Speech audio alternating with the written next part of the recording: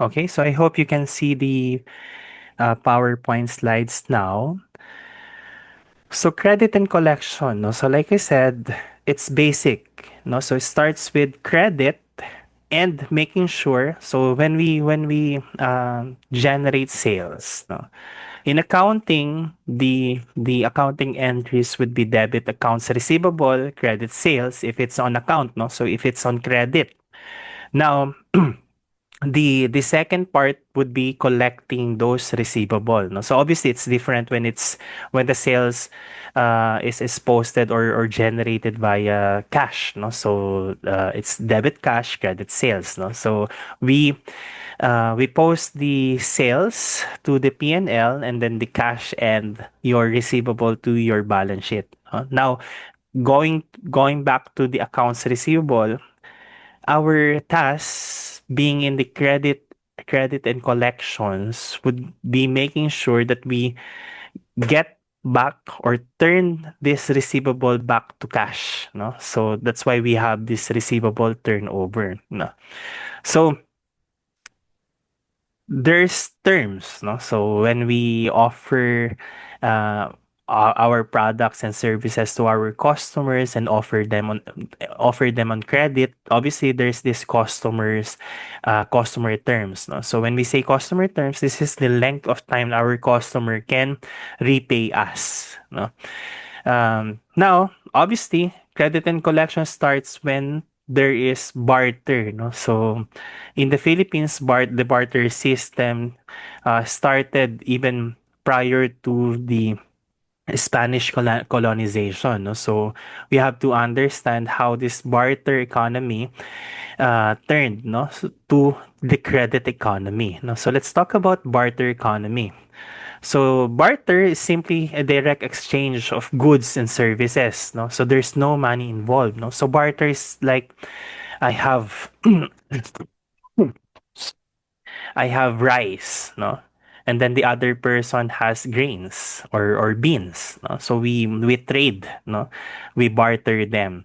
So in farming, so farmers exchanging rice for fish in rural communities, and this is still happening last, no? So um there's no money involved. There's just direct exchange of goods and services, no? So another good example of this is in exchange of rice, I'll clean the house. In exchange of beans, and another person is offering you services, no? So that's the barter economy. Now there are limitations for a barter economy. Number one, double coincidences of wants, and there's no standard value, no. um, you just base it on, how fair the transaction would be, between these two people, no. So earlier we have this example of one person um, having a sack of rice in exchange for a service, so it could be, I'll do the farming for you, or I'll clean up your house in exchange for a sack of rice, no? So again, there's no standard value. It's just the meeting of minds, no? What would be the agreement between these two people, and it's difficult for large trade, no? So it's hard to trade farm goods across provinces. And that's why from a barter system, we have the introduction of money. So introduction of money, money being the medium of exchange, a unit of account, or a store of value. So in the Philippines, obviously we have this use of Philippine peso for daily transaction, no? So uh, from barter, we have seen this change or shift in the economy, no? So by the introduction of money, shift to credit economy. So large transactions need deferred payment at the class, no? So when we say deferred payment, uh, we apportion the payment that we give to the other person, no? So for example, housing loan or bank loans for small medium enterprises or SMEs, no? If you're planning to if you're planning to expand your business and you don't have money of your own, that's when you resort to bank loans. No, obviously there's this credit rating. No, so credit rating is very important. No, you cannot just go to the bank and loan from them. No, so there's very stringent uh credit check that this bank and lending institutions do for their for their clients, no.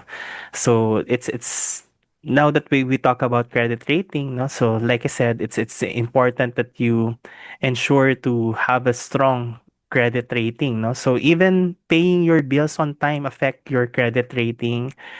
um Making sure that you don't default on any of your prior bank loans, no, so because these banks, they have this network, no, network of bank, no, so you can't say that, say, you go to BPI and then you defaulted from your loans from BPI, no, so it will be on your record, no, so that's when the time comes that you go to BDO, for example, or Metrobank, no, so those records are intact. Even paying your credit card, no, so this network of banks have this data, no, stored in their databases, and that's why it's very difficult for you to secure another loan if you defaulted in one. So growth of banks and lending institutions, no? So it's not just a function of banks anymore. There are also these lending institutions, no? So right now, online lending, no? It's actually very rampant, no? And they offer minimal interest compared to uh, getting your loan from the banks, no? Obviously, for these online lending institutions, um, they can only provide you with limited source, no? Unlike in bank, no? And sometimes these banks, they require collateral, no? Kaya nga, and that's why later on we'll also talk about the impact, no, of these activities, no. So in terms of the uh if in terms of being a creditor or a debtor.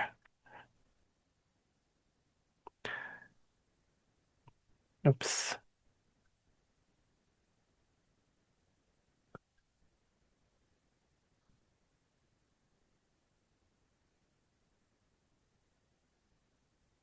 Okay, so what is a credit economy? So borrowing and lending system, and then payment made in the future, no. So like I said earlier, no, so when you entered into a loan uh activity with the bank, no, so definitely there will be terms, no? So for example, you entered into a housing loan.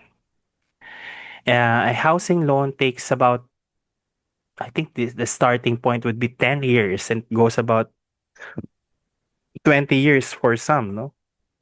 And it's backed by the property, no? It's actually a collateralized loan. So in terms of housing loans with the bank, no, they offered it's actually huge interest, no. So but the amortization, like I said, it's going to be for 10 years, or some loans takes about 20 years. Another example would be credit cards, online loans, and these installment plans. No? So, say yesterday, no? No, it's still Feb 2, no? So if you're familiar with Tutu in different online platforms like Lazada, Shopee, or even in TikTok, no? So now they're offering installment plans, and it's 0%, no? So usually for 3 months. And then for huge purchases, it can be from 6 to 12 months, no? So they're doing this to entice people to, you know, purchase using their online platforms, no? And these online platforms get their portion of revenue from the merchants that they sell using their platforms, no? So in terms of credit cards naman, um, for credit cards, again, they're still, you won't be charged if you're paying the full amount in your statement, no? That's why it's really important for you to be mindful of using your credit card in order for you to not affect again your credit rating. So I can't um, put more emphasis on making sure that you have a strong credit rating. Okay, so growing demand for money, no? So obviously, if the population is growing, there's still again the demand for money is also increasing. Another demand for money is the business expansion, no? So higher living standards, no? For in terms of higher living standards, no? uh, you can always directly proportionate that from the income that you're getting, no? So the higher the income that you receive, the higher your living standards are turning to, no? So in the Philippines, the rising consumer spending in malls and e-commerce, no? So that's also contributing to the growing demand for money, no? So especially in e-commerce, no? So yeah, in the start of 2020, people believe that the malls could be, a thing of the past, no? Especially during the time when the pandemic hit, no? But they actually, it's different in the Philippines, no? So, in the US, I'm not sure, Scott, where are you from? If I may ask. I'm from the Bahamas. Okay, Bahamas. So I'm sure how the uh mall institutions are in Bahamas. But when I went to um in the US last July, they have these outlet stores, no? So people are still going there. But if you go to the malls, it's actually empty, no? So there's really no people roaming around the malls, and it's completely different when here in the Philippines. No, if you go to the Philippines, especially during the weekend, people are are everywhere, so there's still really a rising consumer spending in malls, no? Especially in e-commerce, no? So we have this Shopee, Lazada, even Amazon, no? So Amazon is now present here in the Philippines. So importance of money in using credit. Credit has interest and fees. And money has time value. No? So money has time value. The amount of peso that you spend today is different from the amount of peso that you spend in the future. No? So that's the time value of money. No? So for example, if you have 500 pesos now, it will be different if it will have a different value in 5 years time, no? So kaya nga 'di ba, when we were looking at the exchange rate, for example, no? So back in 1990s, where $1 is about 25 pesos, but right now it's playing between 58 and 60, no? So credit has interest and fees. Credit card interest from local banks, no? So one good example of this, or again, you will be charged with interest if you're not paying the full amount on your statement. It's usually 3% of the total amount, no? So it's huge. Advantages of credit, no? So immediate consumption, again, business growth and emergency funding, no? So aside from banking institutions offering credit, we also have this statutory institutions like Social Security System and Pag-ibig, no? So SSS offers salary loans and other multi-purpose loans. While on the other hand, Pag-ibig, this is basically the um, housing statutory institution in the Philippines. They offer housing loans at the lowest interest compared to lower interest compared to different banks. SSS also offers small to small medium enterprises some short-term loans, no, to finance their business growth requirement, no. So these disadvantages of credit: number one, interest costs, no, and obviously the risk of debt and the financial stress, no. Uh, okay, so sorry about that, no. So uh, I'll check my Zoom account. No? I'm sure I'm using my premium account, but it ended after an hour, so I'm not sure. But let me check that after this. No? So going back to our topic, no, disadvantages of credit. No? So interest costs, risk of debt, and the financial stress, no, brought about by um getting into huge debt. No? Um, some good example of this is the overuse of online lending apps, no. So if you're noticing this from the social media, overuse of online lending apps, no. So these people, they call you, they harass you, even people that you made as co-makers, they call them up, no, and then harass them into paying, no. So um while there are legitimate online lending apps, no, the it's really not advisable to overuse them and engage in this type of lending apps, no. So it's still I mean, if you're really requiring resources, no, so to expand your business, it's still advisable to go straight to different banking institutions.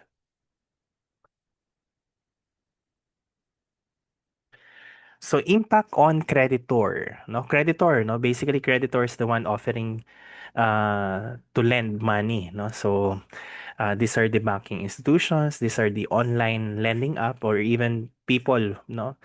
People who have excess cash, no? So they earn interest, but at the same time, there's also risk of default, no? So what if this the your debtor is unable to pay you, no? So uh how lending institutions or banks are managing this, no? So banks are managing their non-performing loans, no? So obviously most of them, they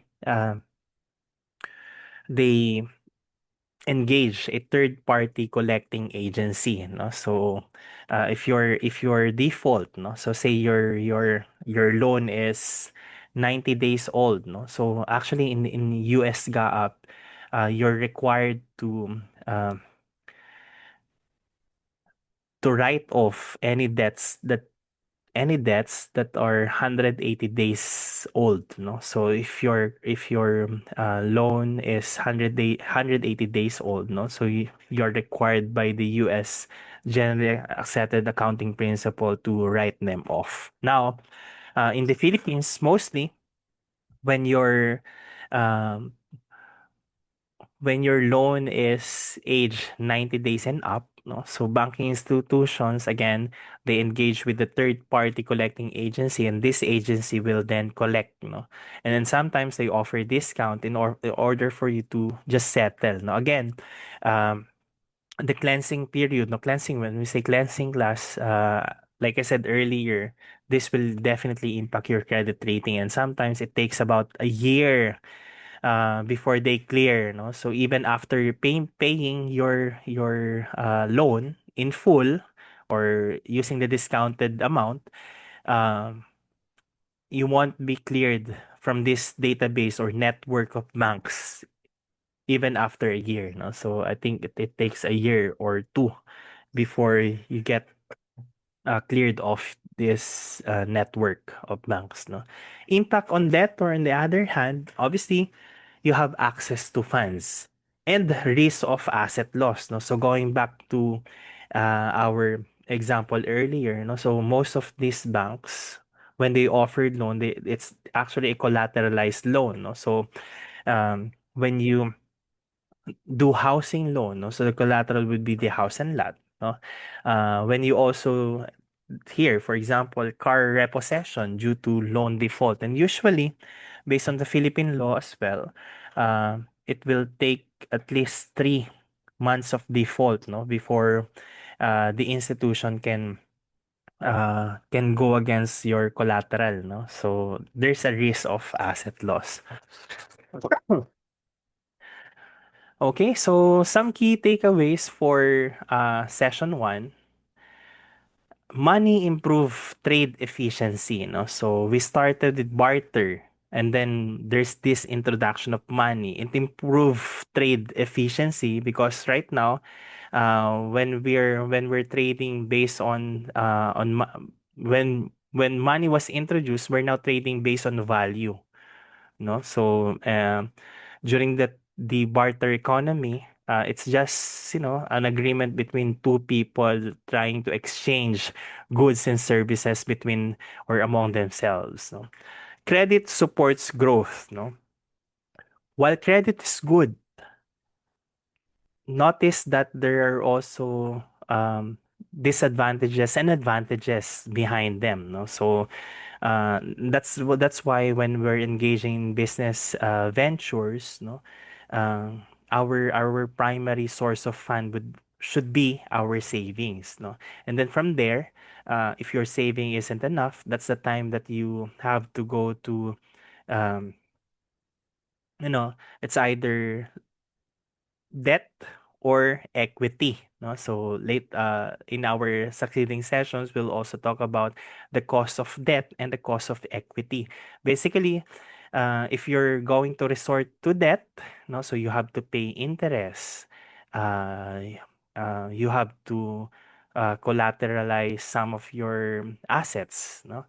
Now, if you resort to equity, equity making is just basically um, opening up your business for other investors, no? So if you're comfortable doing that, making sure that the controlling interest stays with you, then it's also a possibility, no? So responsible credit use is essential, no? So again, the reason being is, the amount of interest, the risk of asset loss. Those are some of the disadvantages in entering credit, no? So you have to be responsible in terms of making use of this credit, no?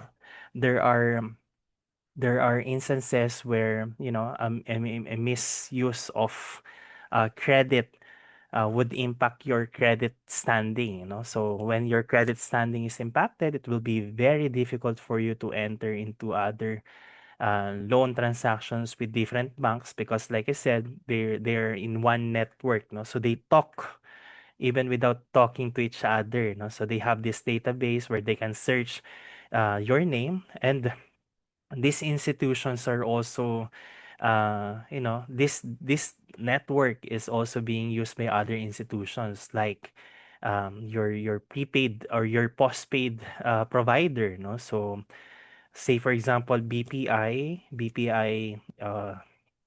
Ayalas also own Globe, no? So if you're applying for a postpaid with Globe, it will be again difficult for you if you have defaulted in one of your um, loans with BPI or any other banks for that matter, no? So again, in terms of the introduction of credit and collections, these are the fundamental um, topics that we have for session one, no? So let me stop sharing.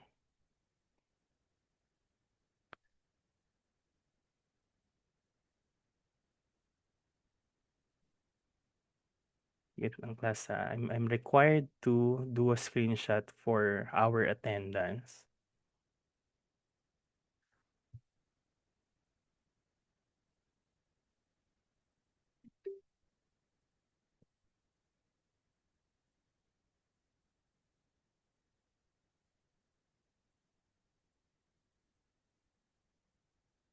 Okay, so just a quick reminder, no? So during our introduction earlier, we talked about giving you links to quizzes, no? So there will be a short quiz every after session. But like I said, you can manage your time because these quizzes aren't due until the day before your midterm exam, no? So we'll skip, I mean, not skip, no, but then we have until the midterms, no, before we complete. Why the midterm? Because, MLQU requires us to submit your midterm grades, and I want every quiz to be completed by then, no? So, our class middle is Genevieve, no? So if there are any information that you need to know for our next session, I'll be coursing those information through her. Um, yeah, that's it for today. So stay safe and stay healthy. I'll see you again next session. Take care, class. Thank you po. Thank you. Thank you